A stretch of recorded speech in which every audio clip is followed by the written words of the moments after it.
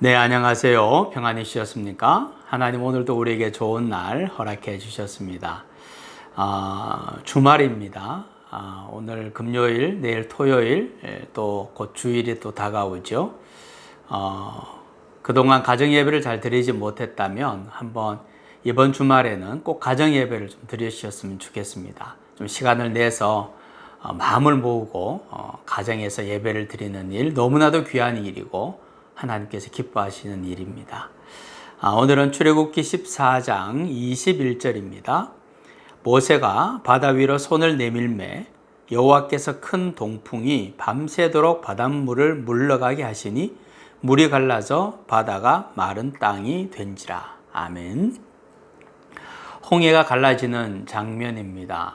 영화에서도 이런 장면들이 많이 연출이 되었죠. 심지어 그 이집트 왕자라는 그 만화 영화, 애니메이션 영화인데도 그 홍해가 갈라지는 것을 얼마나 멋있게 그려 놓았는지 그걸 보고 정말 감탄을 했던 적이 있습니다. 정말 장관이었고 압도적이었습니다. 그런데 이 홍해가 갈라지는 그 모습을 보면 그 홍해가 갈라지기 전에 앞에 모세가 한 행동이 있어요. 모세가 바다 위로 손을 내밀었다 그랬어요. 모세가 바다 위로 손을 내밀었다. 어떤 영화 같은 데는 보면 모세가 멋있게 지팡이를 가지고 바다로 힘차게 내려치는 그런 모습도 나오는데 그렇지 않죠. 모세가 바다 위로 손을 내밀었습니다. 굉장히 조용하고 편안한 상태입니다. 그렇게 손을 내밀었더니 여호와께서 동풍을 불게 하셔서 밤새도록 바닷물이 물러가서 물이 갈라지고 바다가 마른 땅이 되었다는 거죠. 모세가 손을 내밀었는데 이런 역사를 하나님께서 행하셨다는 겁니다.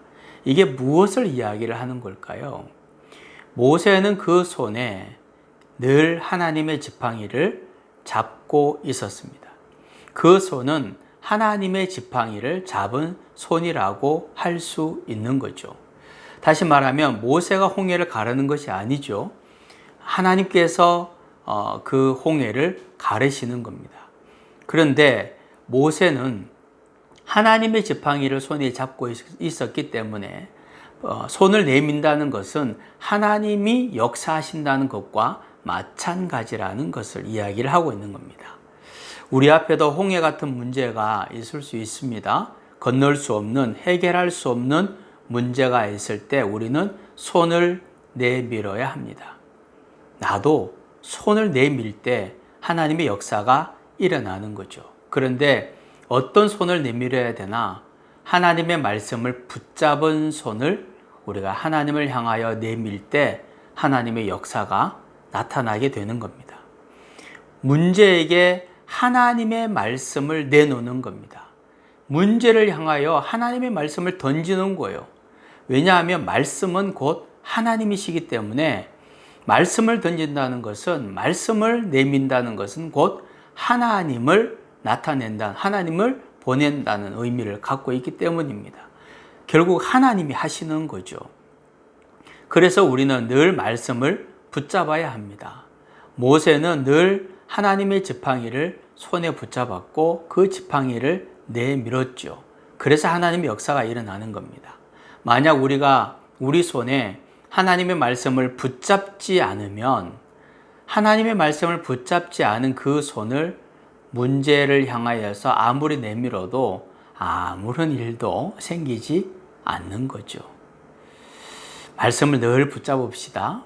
하나님의 말씀이 우리의 힘이요 능력입니다. 그리고 그 말씀을 붙잡은 손을 하나님을 향하여 내밉시다. 틀림없이 하나님께서 하나님의 은혜를, 하나님의 치유와 하나님의 회복과 하나님의 역사를 우리의 삶 가운데 허락해 주실 것입니다.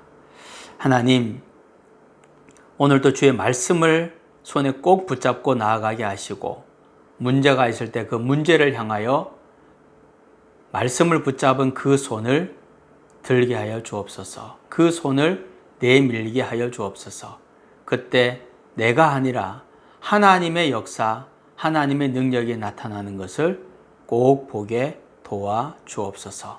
예수님의 이름으로 기도하옵나이다. 아멘.